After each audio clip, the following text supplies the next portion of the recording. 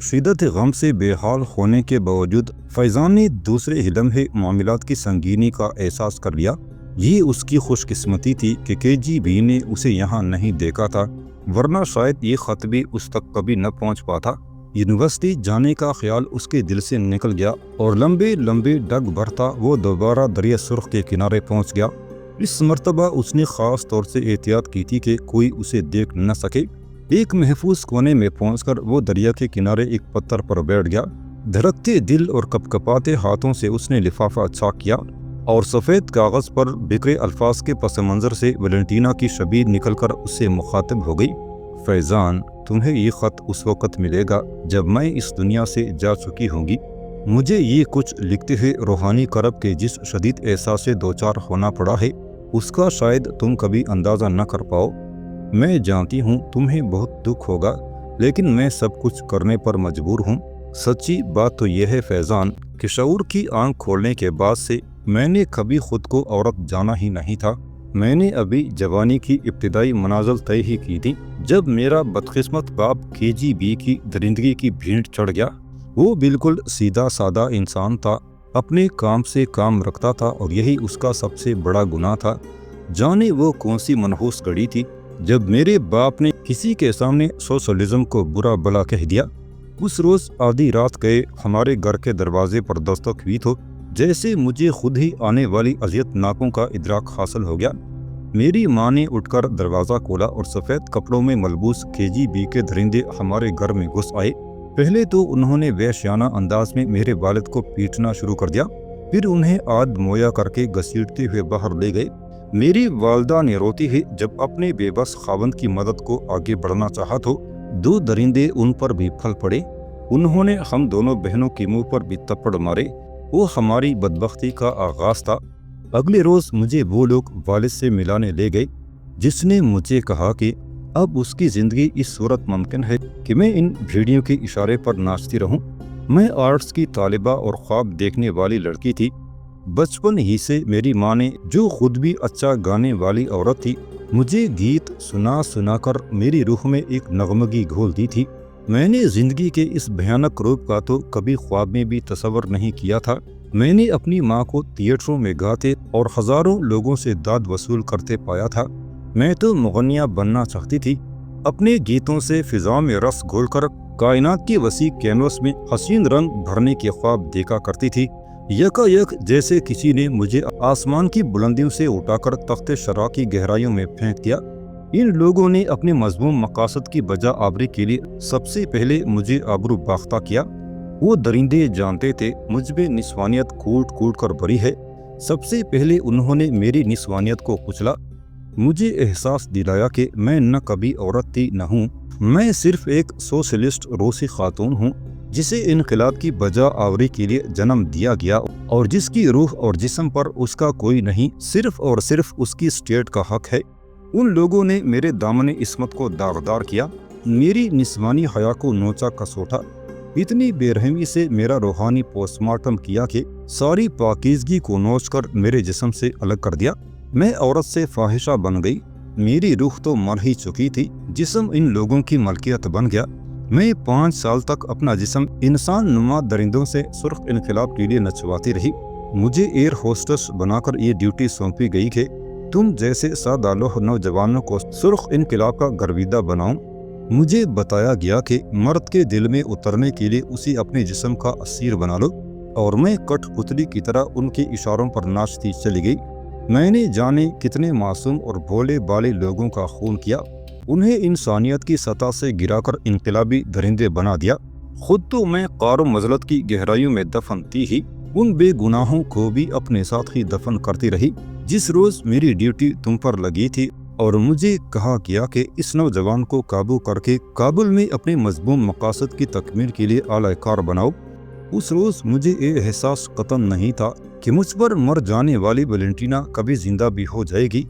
لیکن تم سے پہلے ملاقات پر ہی مجھے یوں لگا جیسے میری ذات پر چڑھا آہ نخوڑ تڑح کر رہ گیا ہو۔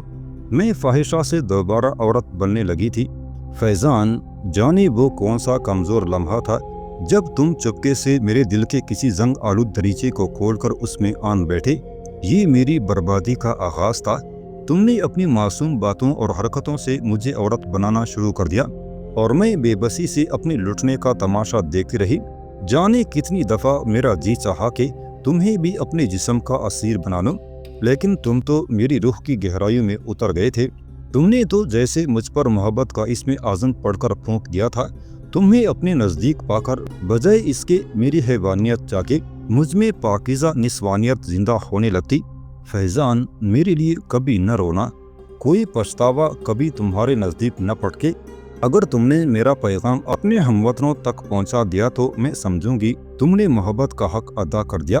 میں تو مر کر یہ قرض اتار رہی ہوں۔ خدا کے لیے جتنی جلدی ممکن ہو ماسکو سے نکل جاؤ، تمہاری ویلنٹینا۔ وہ خط پڑھ رہا تھا اور آنسو اس کا چہرہ بھگو رہے تھے۔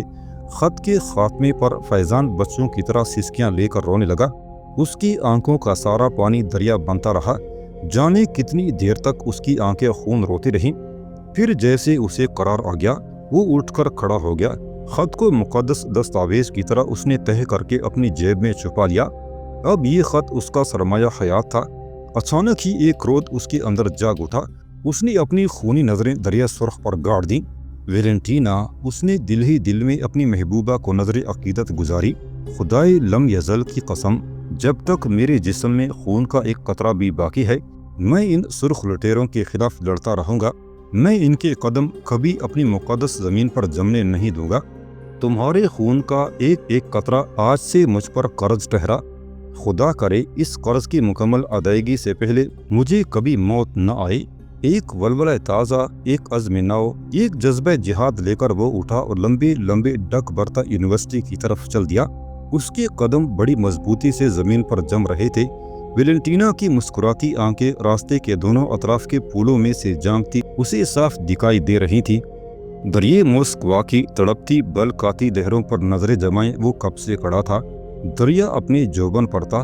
شوریدہ سر لہریں شور مچاتی ساحلوں سے ٹکراتی رہیں اور فیضان کو یوں محسوس ہو رہا تھا جیسے ان لہروں کی تمام تر شوریدہ سری اس کے اندر در آئی ہے۔ اس کی رگوں کے کھولتے خون میں دریا کی طغیانی سے زیادہ جوش و خروش مسل رہا تھا۔ اسے رہ رہ کر ویلنٹینا کے وہ الفاظ یاد آ رہے تھے جو اس نے فیضان کو اس کے لیے ملک افغانستان کی بدقسمتی سے متعلق کہے تھے۔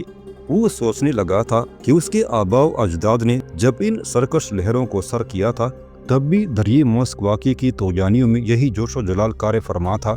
اس کا ذہن 500 سال پیچھے لوٹ گیا اور اسے تاتاریوں کے گھوڑوں کی ٹاپیں ریڈ اسکوائر کے ان دفاتر کے سامنے گونجتی سنائی دی جہاں بیٹھ کر آج زار روس کے پیروکار اپنے چہروں پر امن و آشتی کا لبادہ اوڑھ کر تیسری دنیا کے کمزور ممالک کے عوام کے خون سے ہولی کھیل رہے ہیں۔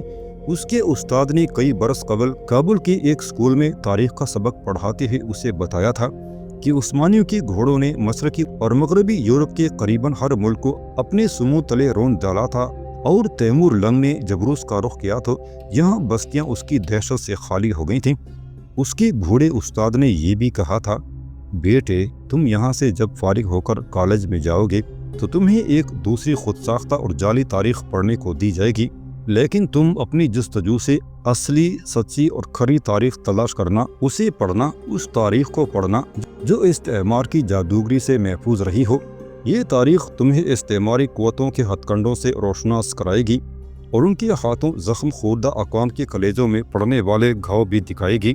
دریائے موسکوا کے کنارے کھڑے فیضان اوغلو کو آج شدت سے اپنا وہی بوڑھا استاد بار بار یاد آ رہا تھا جسے اس نے نہ جانے لاشعور کے کن کونوں خدروں میں دفن کر رکھا تھا۔ اس کے سینے سے ایک ہوک سی اٹھی، خدا جانے وہ آج زندہ بھی ہے یا انقلاب کی بھیڑ چڑھ چکا ہے۔ اس کے بعد وہ آہستہ آہستہ یونیورسٹی کی طرف چل پڑا۔ یہاں سے اس کی یونیورسٹی نزدیک ہی تھی۔ یونیورسٹی میں داخل ہوتی ہی سب سے پہلے اس کی نظر مرکز علوم سرکیہ پر پڑی۔ اس کا خون کھول اٹھا۔ اسے اچھی طرح سمجھ آ گئی تھی 1953 میں یہ یونیورسٹی اس لیے قائم ہوئی تھی کہ یہاں تیسری دنیا کے بھولے بالے جذباتی اور بدقسمت نوجوانوں کو اکٹھا کر کے ان کے ذہنوں میں مسموم نظریات انجیکٹ کیے جائیں اور انہیں عالمی انقلاب کا بیہودہ سبق اور جذباتی نعرے دے کر ان کے ملکوں میں موجود نظام خواہ زندگی کی بے خبری کے لیے واپس بھیج دیا جائے۔ اس علومی شرکیہ کی عمارت سے اسے ایسے کئی بدقسمت ممالک کے نوجوان لڑکے اور لڑکیاں نمودار ہوتے دکھائی دیے جن کی شکلیں، عادات، اطوار اور مذہب تو مختلف تھے،